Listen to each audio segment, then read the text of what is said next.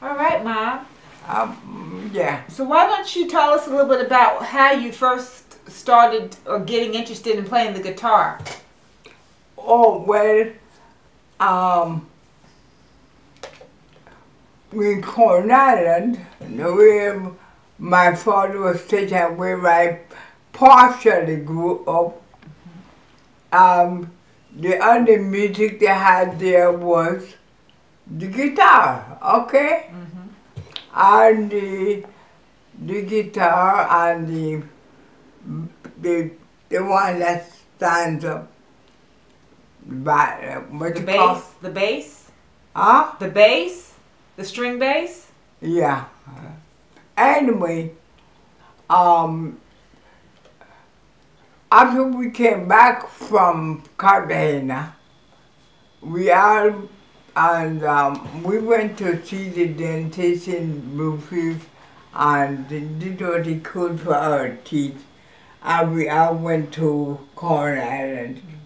Well, Lucille was about 16, I think, and I was 14.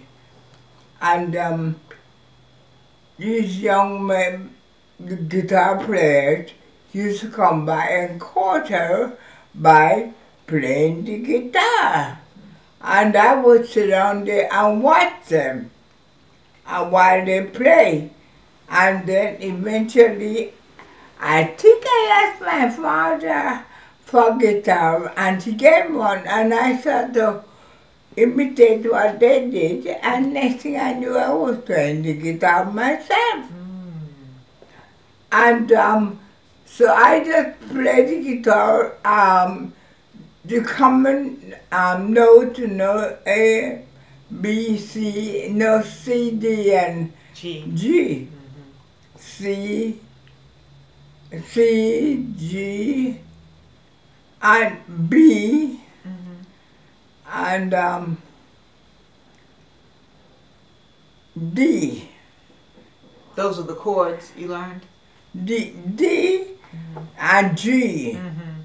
And then after I went back to Bluefields, I didn't take the guitar with me. I forgot all about the guitar until I went afterward the Panacologne, and then after I was married, I didn't play the guitar at all from the time I was 14 until I was what, 22 or 23. Then I started fooling around with the guitar again. Was that when you were in Panama? In Panama, yeah. In Panama, I fooled around, and then I think I wasn't a great player. I could have both, but after I got married and moved to Long Island, that's when I got involved with the guitar. Edwina Morgan and I, because first thing when we moved out to Long Island, we moved out to the Sylvia was 10 and her mom was 7, okay? And there was, when they having a PTA meeting, you have the PTA meeting started at 7. You have to be there almost at 6:30 to get that seat. Because it was 90% white and 10% black. And I mean that place, that auditorium was full to the brim and running over. So I would try to get down there early as possible and hold a seat for my husband, for him, and we had a PTA meeting. They were almost like fighting for position. Then eventually, the brokers, house brokers, got wise, and they start to sell, bring black people out to buy houses in Lakeview. And start scaring the white folks that the black people coming going to take over their house, their place. And they're like, idiots. Yeah, but me, I'm gone. Like I sell my house as much as I can and get away from these black people. And they all sold, majority of them sold the house. Sold and moved and went away. So the school, the Woodley Road School came from 90% white to 10% black to 90% black and 10% white, okay? So Edwin and I used to take guitar lessons. And so what we did, we really got involved with the school. Because I had 2 kids in the school here. Right. And you were in, I wasn't born. Yeah. Well, we tried everything. We played guitar and sing. We made cakes and bring. We had all kinds of things to get those black people come out to. And we can't come. We sent notes home with the kids. We got to work. They overcharged us for this hot place. I said, well, in the first place, you had no business buying these white people broken down with houses. So, and you have the children to think of. Well, I got my whole life to think of. I couldn't get the people to come out to save. So you and Edwina would sometimes play the guitar at the event? Yes, we had get Edwina. Would you do a sing along, or would you do? We sing along. Okay, so everybody would sing and you all would play. Yes, everybody would sing. What are some of the songs you all did? Do you remember any of them? I can't think of any right now, okay. But one of them I know was We Have All the Flowers Gone. Oh, yeah. Some of the songs we would sing. Yeah, later when I came along. Where Have All the Flowers Gone? I'm sorry. Where Have All the Flowers Gone was one. And I know there's several of them. Yeah. I had them. Like folk songs. A lot of folk songs. Yeah. And we did everything. So eventually they closed the Woodley Road School because I think after the graduation of the 6th grade, they closed the school. And that's where you went to. When I came around, I went to Davidson Avenue. Yeah. And Sylvia and him went to the Marvin High, Marvin Junior Marvin High. Yeah. And DC. Yeah. It's just like the time when we had understand that they were having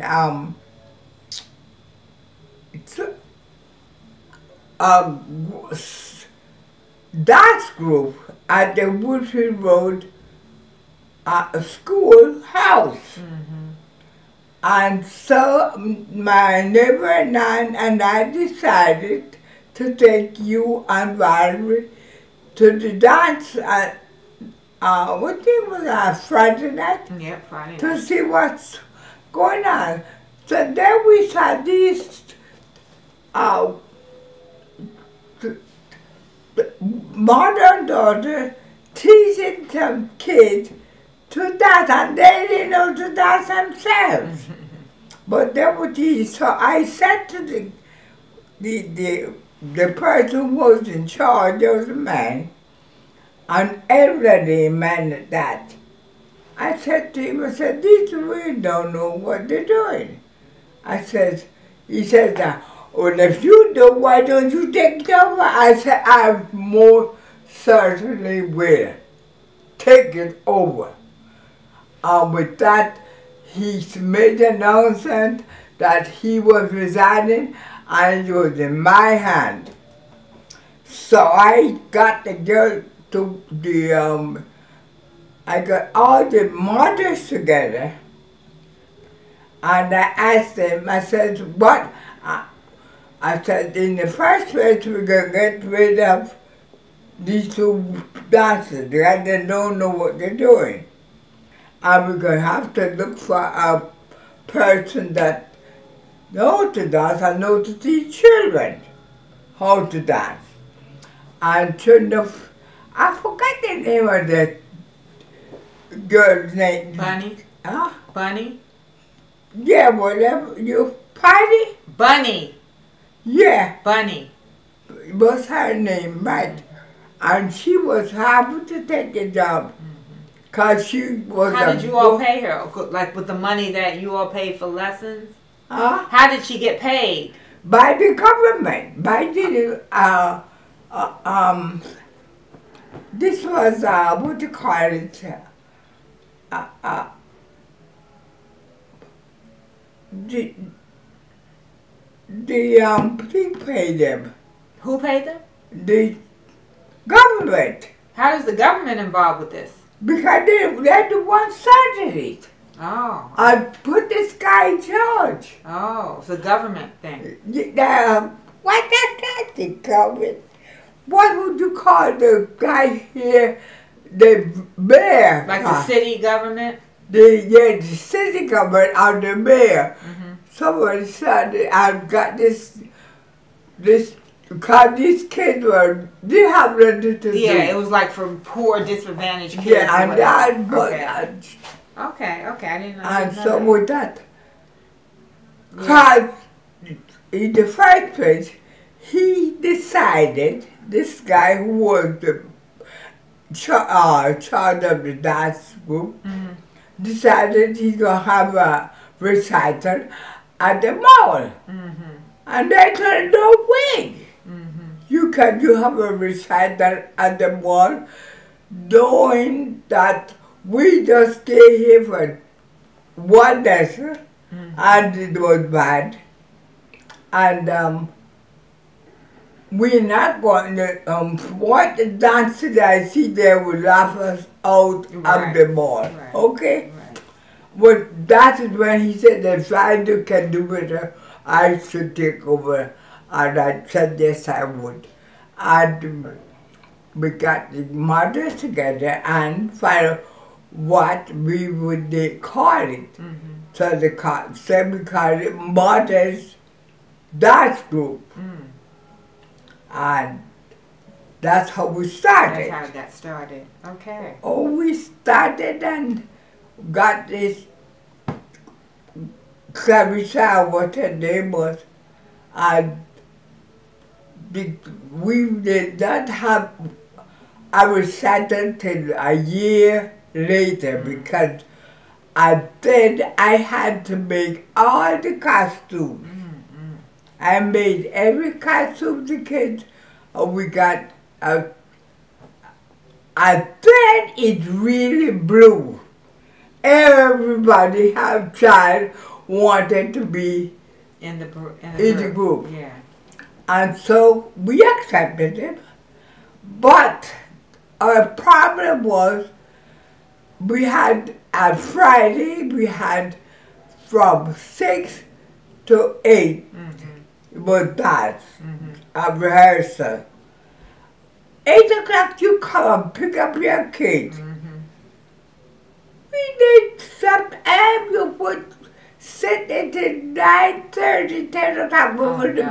So I told the, I was the president and what the girl name was the vice.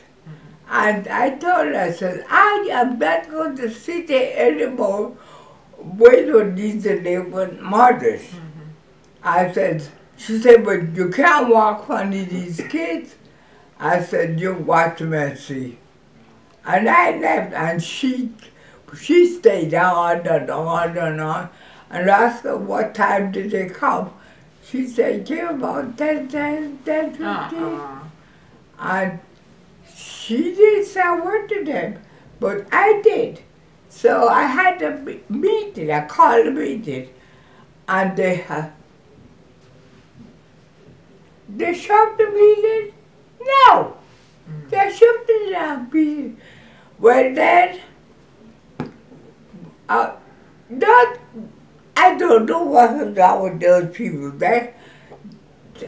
Anyway, we kept the dance going. We got some teenage boys that could play the drum, and they got up there and they drum, and your father we decided we couldn't afford the musicians, so we got some records and what's the name? Patience played that thing I you and Valerie dance, remember? Yeah. Around the world. Oh, okay. Okay.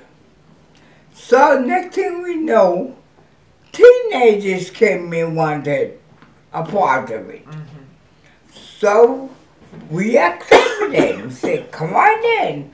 So we had about 5 or 6 teenagers, and she taught them how to dance, and they were good.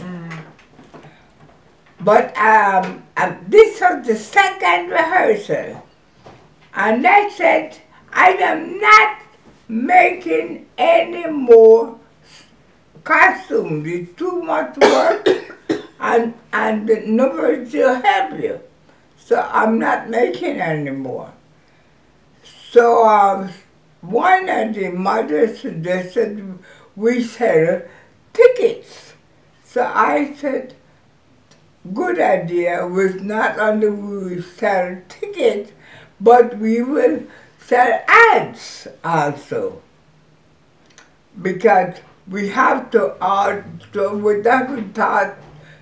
take their measurement and order them, and I don't know how much costume we ordered. I know I made you and Valerie's, but the rest of them we ordered. So the teenagers, I told them, they didn't sell any tickets. Ticket was $10. They didn't sell any tickets. So I told her, I said, you didn't sell any tickets? You won't dance. I said, you will not have a costume, and you will not dance. They think I was laughing. So the day after dance, we did order the costume though.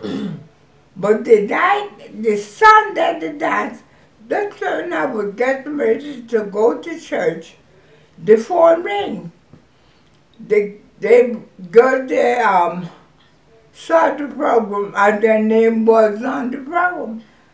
And they said, Mr., we have sold your ticket. We have sold your ticket. I said, well, bring the money over, and then you can dance.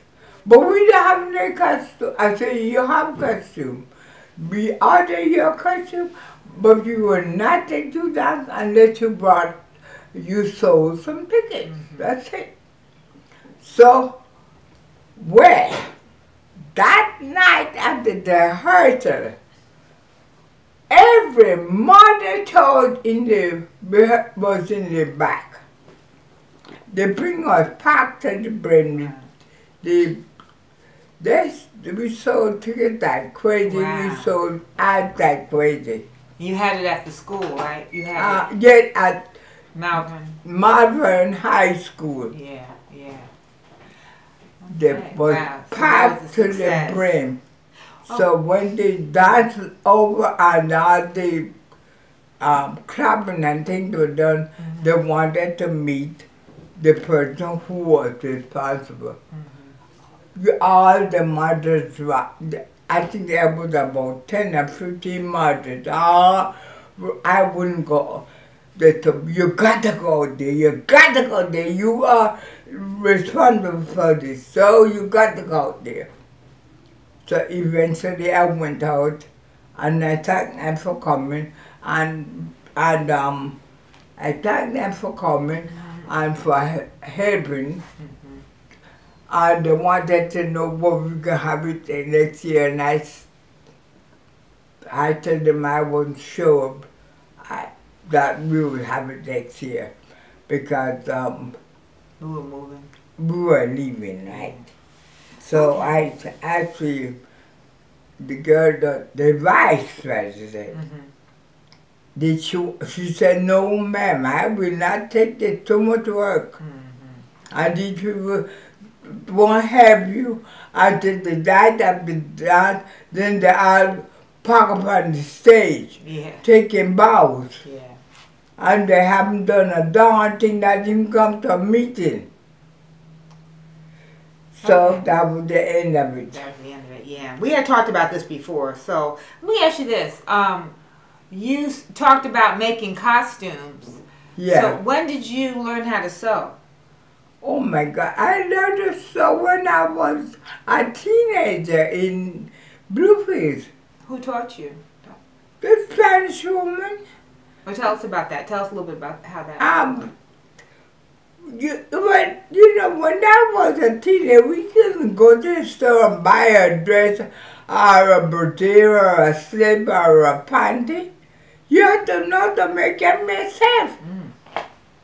So my mother was a good seamstress, but she didn't have any time to show me. So what she did is send me to a Spanish girl that the first thing I made was brassiere, was a bra. And that now you had no pattern. You look in a sales book and you will see how it's made and you try to make it just like that. Wow. And so that's the way I learned to sew. And I learned to sew without pattern, by just measurement. What else did you sew besides a bra? What else did you sew besides a bra, brassiere? I like blouses and skirts and little dresses and strip. So you sewed pretty much. You started to sew most of your clothes. Wow. Yes, I had to learn to sew, and I mean, it wasn't the best sewing thing in the world, but it was wherever. And so then that's how I went upon my Carmen wanted me to sew. Carmen had me to help her. Because she was sewing for the soldiers. You had talked about that, yeah. Yeah. Yes, indeed. So, we're talking about the guitar, bass, over there. You finished about the guitar. Yeah. Because it kind of led into the whole PTA thing. So, I know you were talking yesterday about, I was asking you about when Eduardo and Winston ended up coming to Bluefield. And my mother went and picked them because Herbert decided to get married. And he did, and as my mother did with Eddie. You're getting married now, you don't need extra baggage, right? So she went to Cartagena, took Eddie with her. Eduardo. Oh, she took Eddie with her to go to Cartagena. Yeah, Okay, your I son. said Okay. took Barbara Wilson and Eduardo. Oh, because their father was about to get married, but they were already, they had already. Father was, he was a doctor now. Mm-hmm. So she decided to go to Cartagena. Went and decided, after he came to Bluefields and stayed for a while, he wanted to go back. Oh. So his father told him he could come back. Oh, so he didn't stay. Okay. So, that's So why he went back. Oh, okay. But Eduardo stayed. Mm-hmm. That he liked the freedom my mother gave him.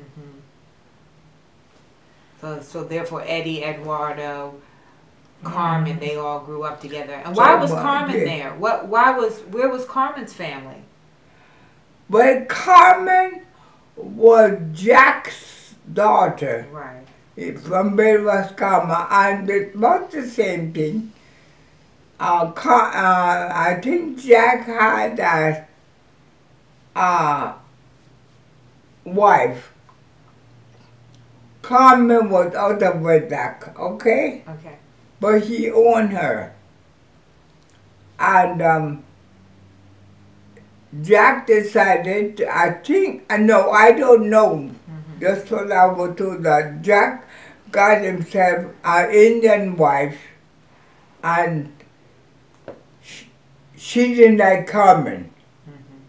So my mother took Carmen, and Jack stayed up in Belwas, Kama, with his wife, and had a whole lot of kids. I don't know where they are. Wow. Who they are. Mm-hmm. Was she Mosquito? Yeah, a Mosquito. Mm-hmm. Okay. And because I always had heard Jack lived on a reservation for a while, or was there like an Indian reservation? Is that where he was living? Who? Was Jack, did he live on a reservation? Did he live on the... No, I don't think Jack lived on any, but I don't know. I know Peggy went up there and got herself the administrator for the hospital. Right. But I don't know where Jack lived, because Stanley, when Milton came to the state, and he sent for Stanley, he also sent for Jack, but Jack couldn't come because Jack he had responsibility in Belwas. So he stayed with his wife. I see. Yeah. And then eventually I think they separated or something, because I didn't know Jack. I knew him when I was very young. I was 7 or 8. I knew him then, but after he left and when the baby was coming, I didn't know him anymore. I needed it. Lucy gets to know him after they came back from Cartagena, and Mama, they moved up in the back street there, in the house, right? And so, yeah, where were they living? And so the whole time, mostly when you're living in Nicaragua, when you're living in Bluefields, you're in Pointine? Milton? No, where were you all living? Because they didn't buy that house that she retired in until later, right? No, so that house was bought a long time ago. No. They were weren't they in Pointine? Huh? They were in Pointine. No, yes, we live in Pointine. With Tita. Okay. Okay. Yeah, Papa didn't buy the house until he thought he could retire. Okay. Then he went to bought that house. About around what year do you think? What year? Let me see. I know Jack and his wife had a house in what year? It was like after, oh yeah, okay, it was 1939, around 1937 or 32 or around that time. Because Lucy and I live in it. Then I went to Cologne. Okay, so you actually lived for a while in the house. Yes. That right behind yes, the baseball stadium. Lucy and I lived for a while in it. Oh, okay. In the house. Yes. But then after the hurricane blew down. When was that hurricane? Huh? That was while your dad was still alive, or after your dad died? I think everybody was dead. Yeah. My mother was dead. Yeah. It was later. The hurricane was later. Yeah. Yeah. That blew it down. Yeah.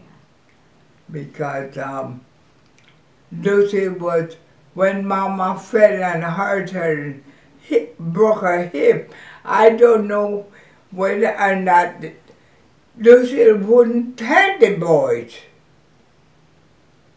She wouldn't tell them because they would have sent for her to come to hospital here. Oh, I didn't know she fell. When did she fall and break her hip? That they don't know whether she fell and broke her hip or her hip broke and she fell. Uh-huh. But Lucy wouldn't tell none of us until she died. Until she died. Oh, wow. Okay. Because Mama was getting the money from the diocese. Plus the money she was getting $4,000 or $5,000 every 6 months from the plantation.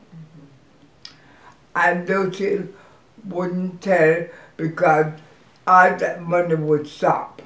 The plantation, meaning in Corn Island? Corn Island, yeah. And they were growing what, bananas? The plantation mean what? I'm saying, what were they growing on the plantation? What? The plantation, what was the money? What was the crop? Oh, what? Bananas and coconut, Okay. avocado, mangoes. Oh, wow, okay. Name it. Salapiche. Salapiche was orange and avocado, mommy. Oh, wow. Sally Peach is a section of Corn Island. Yes. Yeah. Oh, but wow. that part was... So who were they selling it to? Who were they selling the crops to? We don't know. Oh.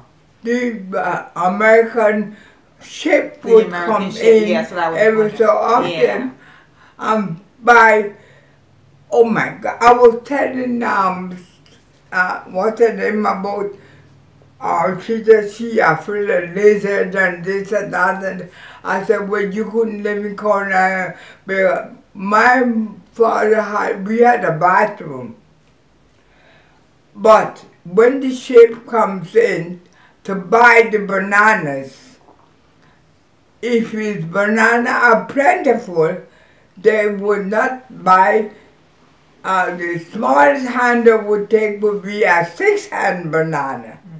6-hand to 12-hand banana. And then you have 4-hand and 5 hands banana. And then what you could do with all those bananas? So you bring them and put them in the bathroom. We have to take a bath in the bathroom. And lizards and all kind of animals. Right. Come in there, yeah. Yeah.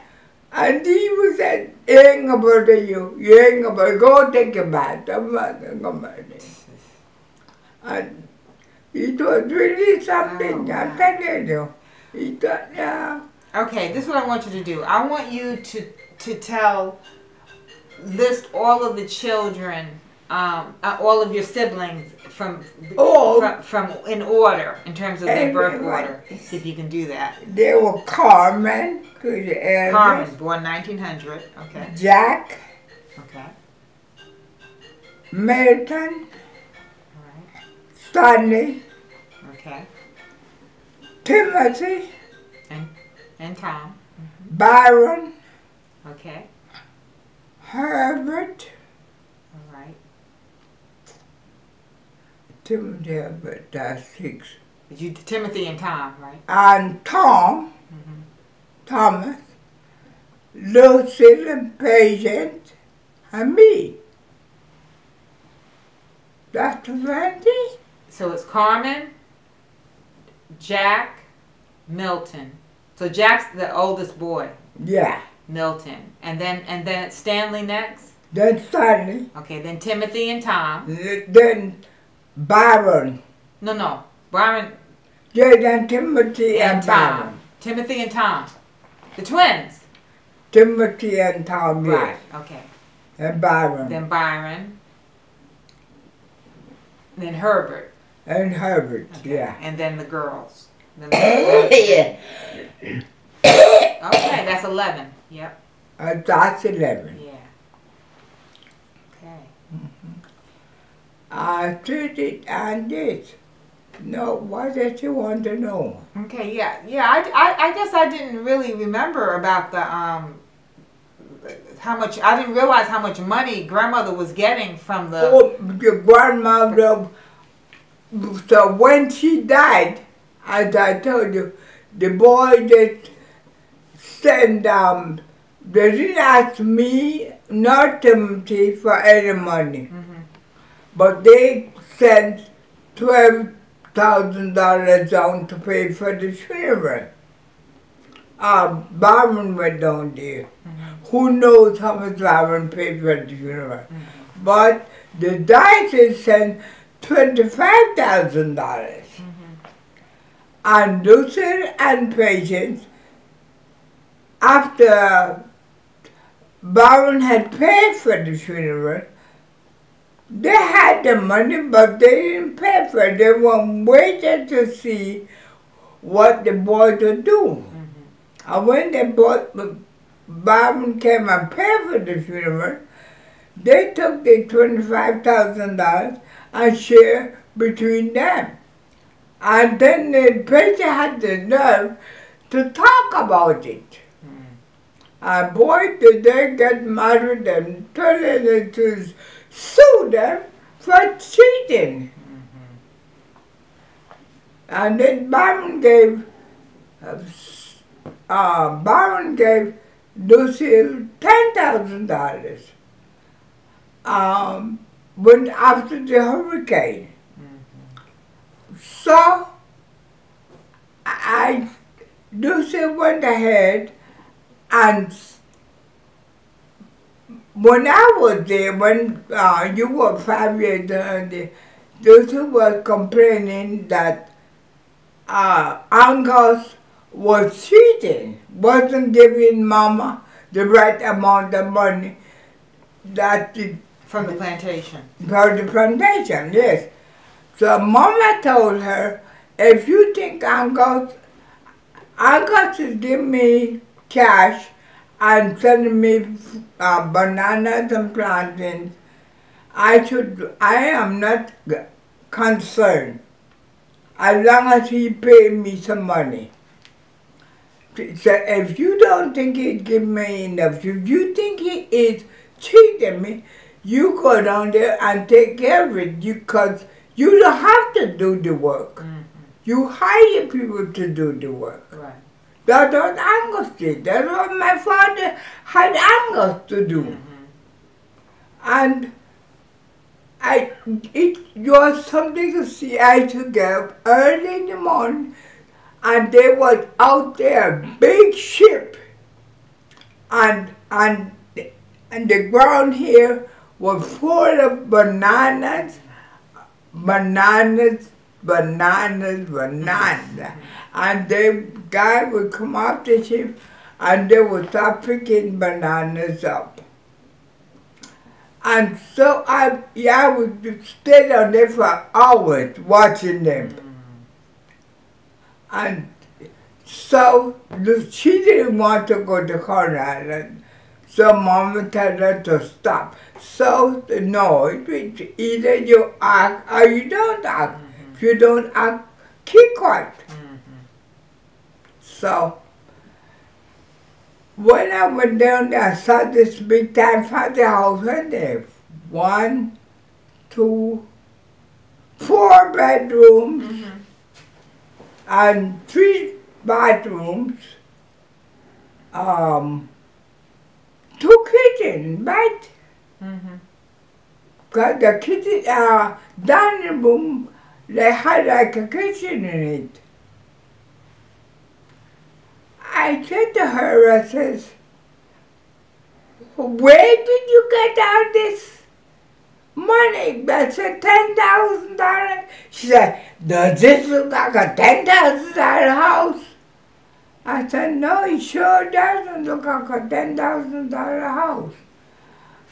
She says, so Milton had told Byron to give me the deeds and all the papers to the property and to give it to Lucille because since she lives in Booties and we are never going to go back there, give her the papers so she can do what she'll have a fund to live off.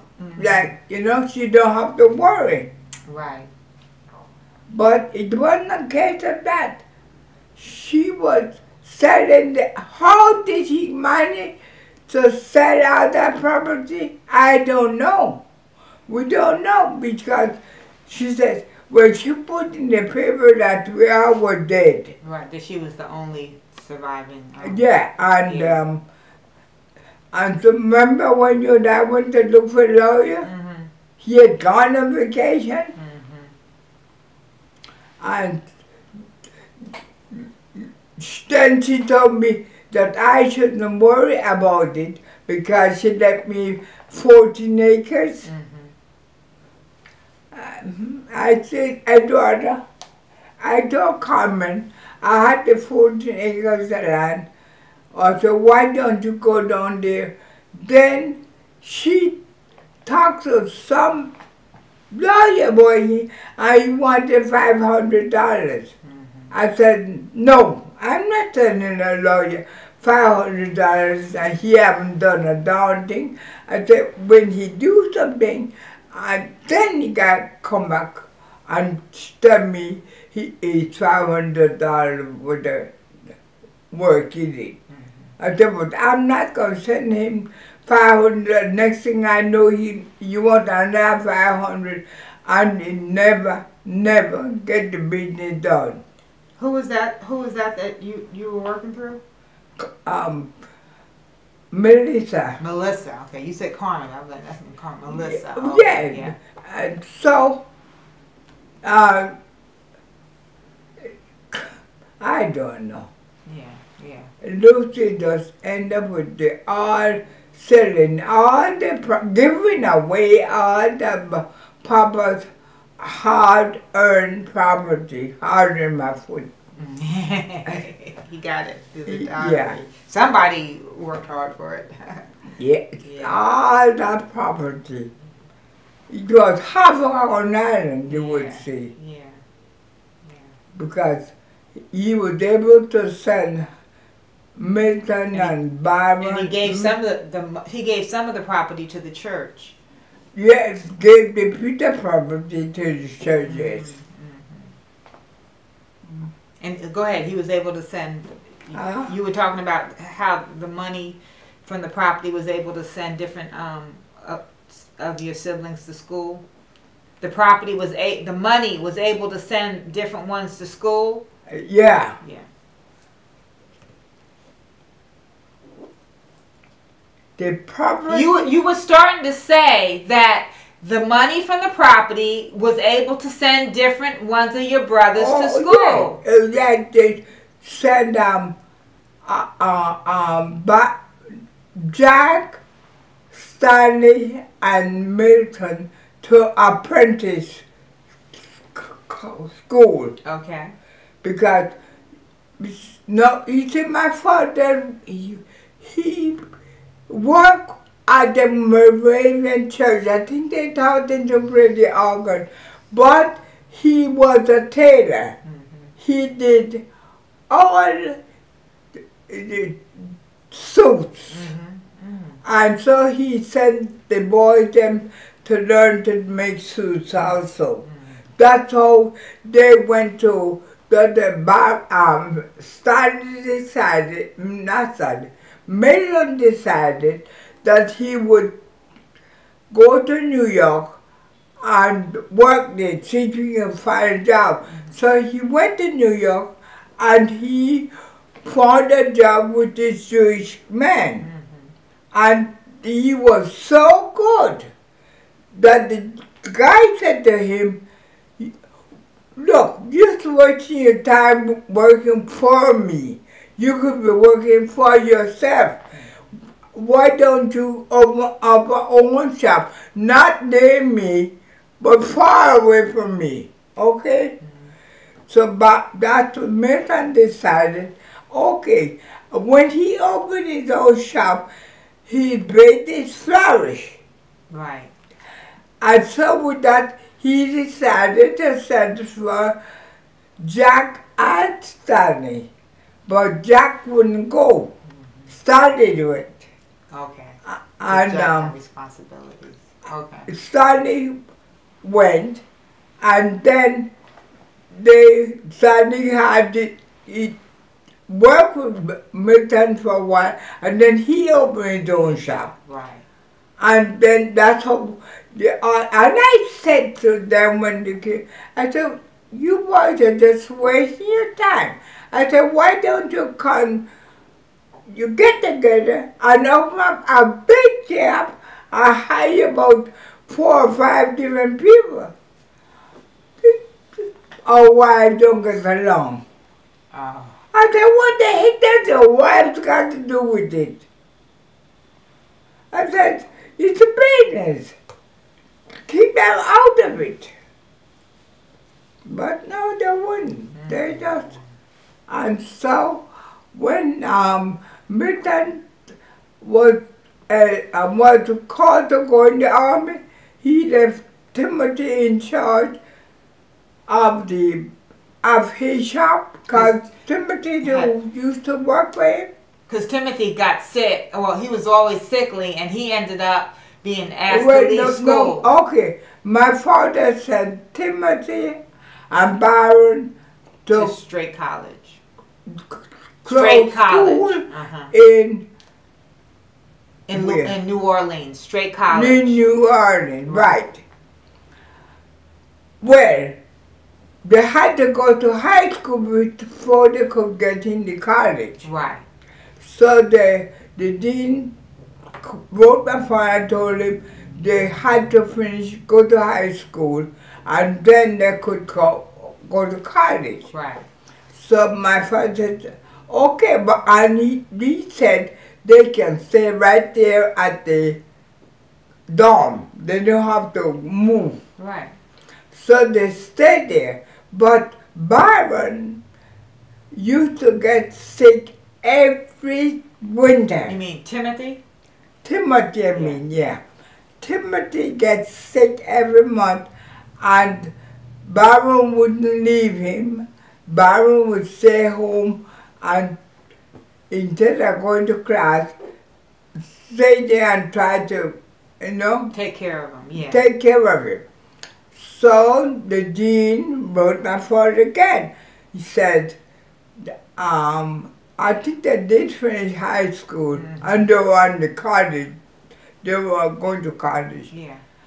And the dean wrote my father again and told him that he should send for Timothy, because Timothy is a hindering Barman because Barman was a good student and Barman was messing up because Timothy trying to take care of Timothy. Byron was the valedictorian of his high school, so he was really smart, yeah. So, with that, my father said, "Nuh-uh, you ain't coming back here."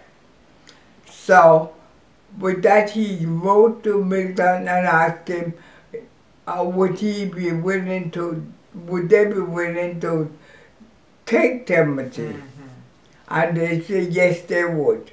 So they did. He sent Timothy to New York, okay. To them, and they took care of him. And then, I don't know how he met Ruby. Mm-hmm.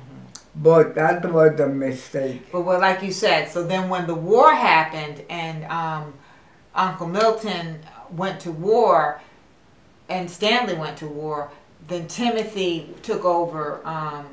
What happened? This was Byron and Timothy and